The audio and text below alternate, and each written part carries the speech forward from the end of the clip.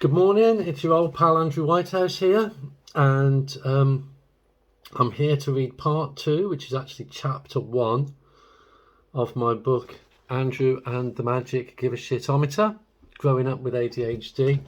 I'm going to try and put a chapter on every day or a couple of chapters every day, and I'd love you to tune in and listen to the book, find out a little bit more about ADHD, or more specifically my ADHD.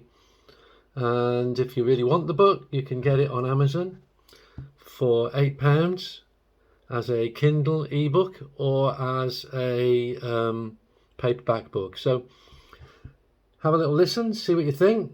Here we go. How do I feel? I did not use an editor for this book. There was a good reason for this.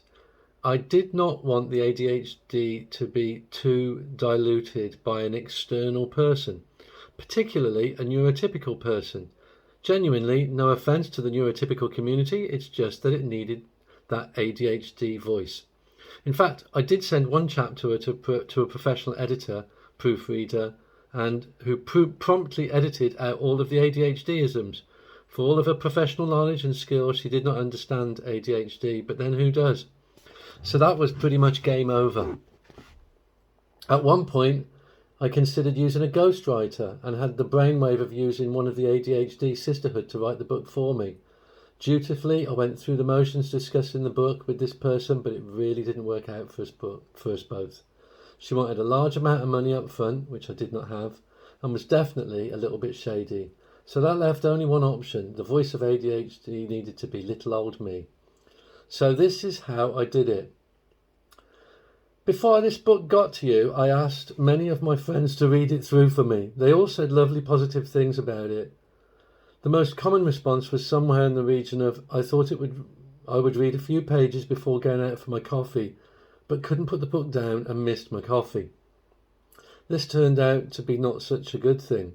You see, all these people knew me and were used to me, so they were kind of used to the way I speak and communicate. In short, they all saw past all of the shortfalls of the story until along came my friend Katie.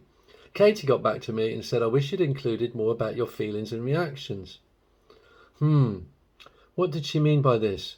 I genuinely did not understand her comment. So I rang her up and she explained that I'd given lots of information about the events in my life, but not how they had affected my thoughts and emotions. This took a lot of mulling over on my part. I just didn't understand. It needed a lot of unpicking, so here it is.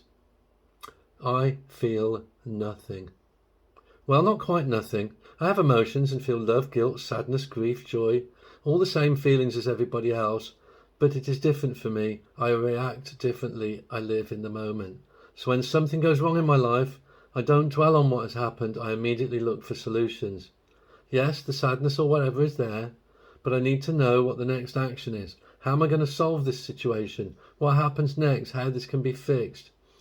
It's not that I actually don't feel, it's that these feelings are secondary. There is a job to be done first. I'm an impulsive problem solver. When something happens, my first response is not to check my feelings. You will also notice that I have not had an easy life. I don't need anybody to feel sorry for me, but I do need you all to understand that all of these things that have happened to me are merely obstacles. Throughout the book, you will notice I don't delve too much into my innermost, but I do get by. So what is it?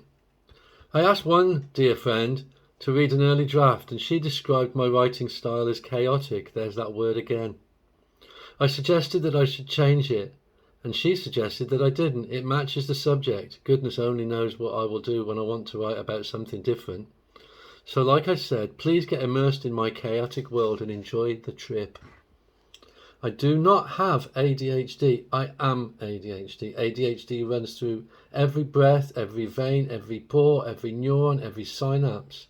Sometimes I can actually feel it pulsating in my arms and legs and fingers. Not metaphorically, literally.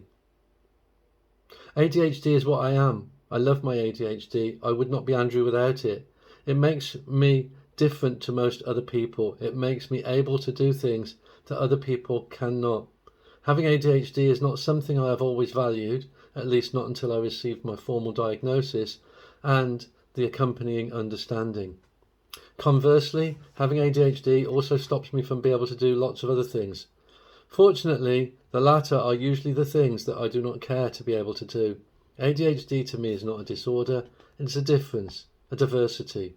I was once asked by a group of delegates at a workshop I was delivering, if there was a magic pill that would make you neurotypical, would you take it? I responded immediately, yes. Then I rethought my answer almost as immediately. Actually, no.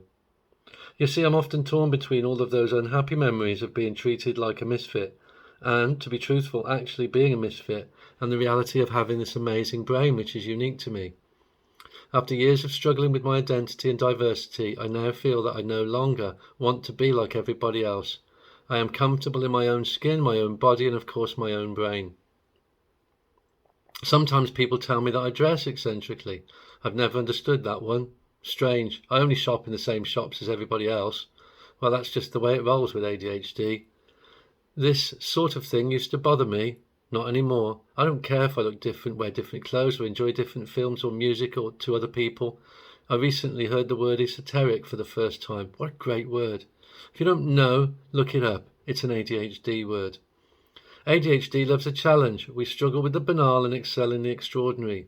Difficult situations seem to seek us out, and we generally handle them with gusto. Sometimes I look back through my life and I find it almost impossible to believe some of the experiences I have, well, experienced. Sometimes other people struggle to believe my stories too. That is okay.